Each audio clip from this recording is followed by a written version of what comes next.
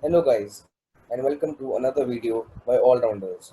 Today we'll be explaining you about input function and formatting using the modular operator and format operation. Bhupendra will be telling you the theory part and I'll be implementing it. Over to Bhupendra.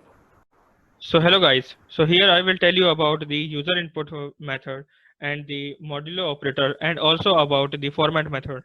So let's start it. So guys, here we have the user input. Python 2.x uses the raw input function to take the value from the user, and whereas the Python 3.x uses the input functions to take the value from the user. Guys, Python 3.x deprecated the raw input function of the Python 2.x.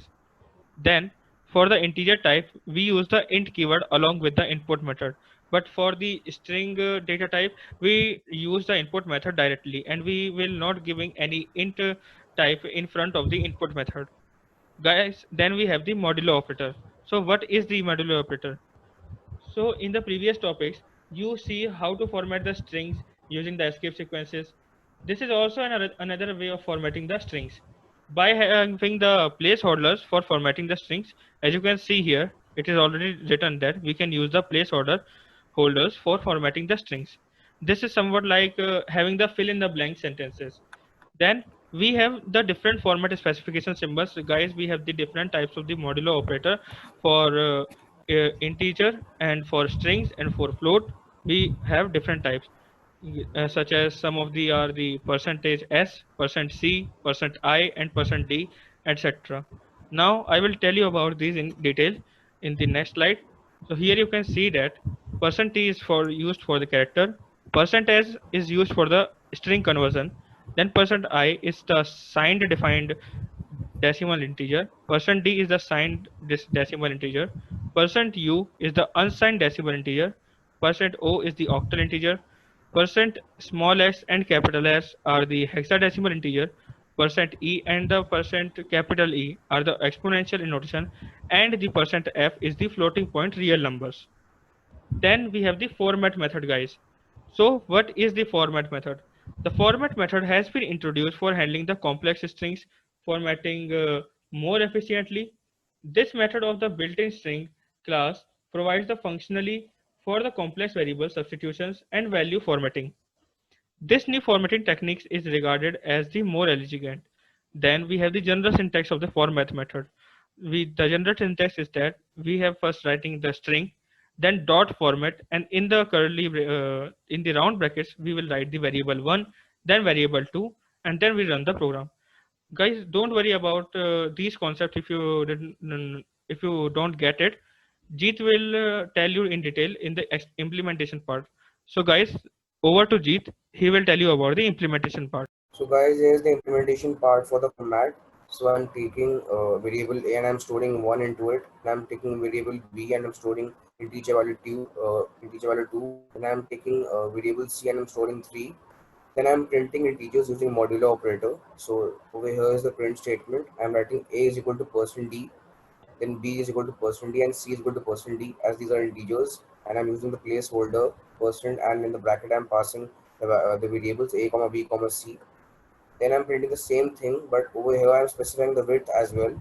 I'm printing A is equal to %5d, B is equal to %5d, and C is equal to %5d. You can take another integer as well, and I'm taking the placeholder over here, and I'm passing A comma B comma C. So this was all about modulo operator. You can use %c for characters and %f for float, and so on. Then I am printing strings using modulo operator. So I'm taking A is equal to hello. Then I'm taking B and I'm storing friend into it. Then I'm printing the strings using modulo operator by using %s comma %s. Then I'm taking the placeholder and I'm writing percent. Then in the brackets I'm passing the values of A comma B and I'm passing the variables. So after that comes the format function. You can also format using the format function. I'm taking a variable A and I'm storing John into it. Then I'm taking variable B and I'm storing the integer value 40 into it. Then I'm printing my name is John and my age is 40. So what I'm doing is I'm writing my name is, then I'm taking a placeholder and I'm writing and my age is, then I'm taking another placeholder. Then the string part is over. Then I'm writing dot format and I'm passing A comma B into it. So here's the function. Then I'm also then I'm printing the same statement using another method. Inside the placeholder, you can also write colon s and colon d. This is similar to the modulo operator where you were writing %d and %s, but instead of percent, I'm using colon over here. But usually we don't specify these things inside the placeholder. We directly take the placeholder and we pass the variable into format function, and this thing is being done by the interpreter implicitly. So this was another way of doing the same thing. Now I'm running the program. Let's run it and see what happens.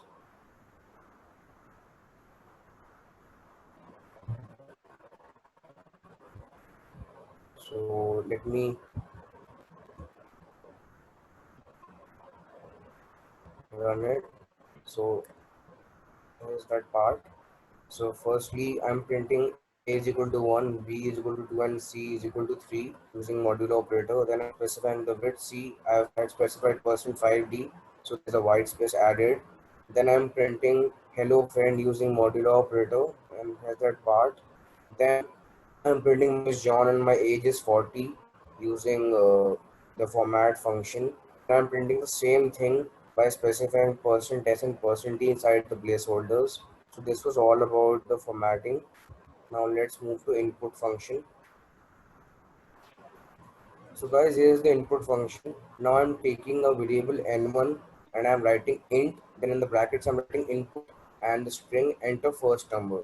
And I'm taking another variable in n2 and I'm writing the same thing, and I'm changing the string part and I'm writing enter second number. Then I'm taking another variable and I'm storing the sum of these two numbers by writing s is equal to n1 plus n2. Then I'm printing the sum by writing sum is equal to, and then I'm passing s over here. So we can also use input function directly, but why I'm writing integer over here is if I had not used int over here, then this value would be taken as string, and instead of the sum, it would be concatenating the two values. And let's run it and see what happens. So I'm running it.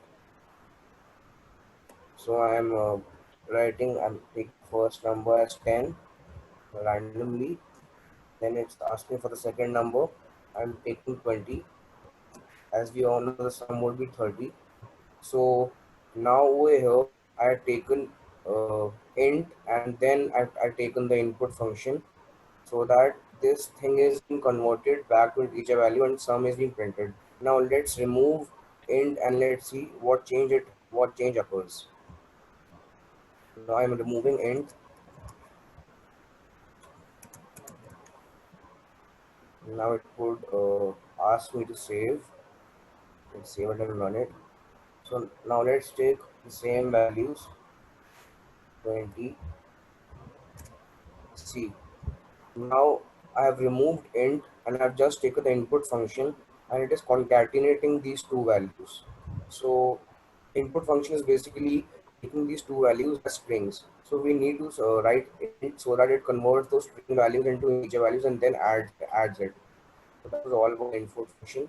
Let's move to escape sequences.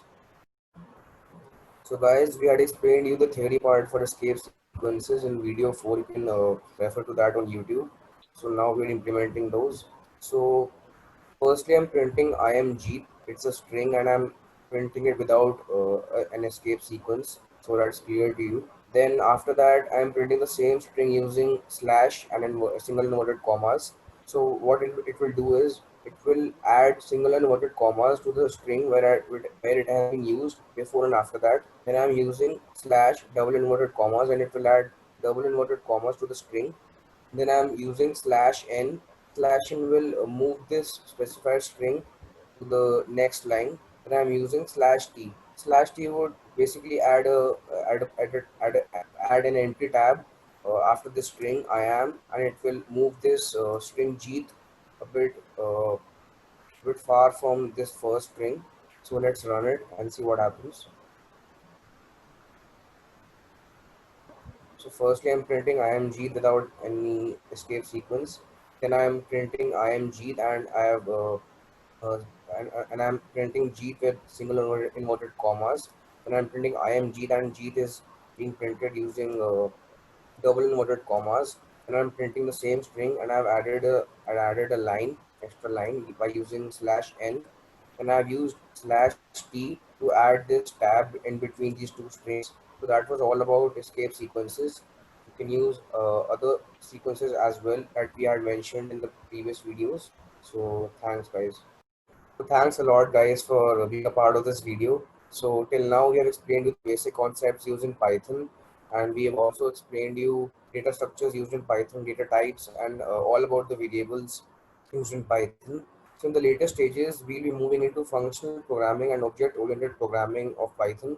And for that, we'll be explaining you loops, if-else statements, switch statements, and all of that. So stay tuned for the upcoming parts and keep practicing as much as possible. Thank you guys.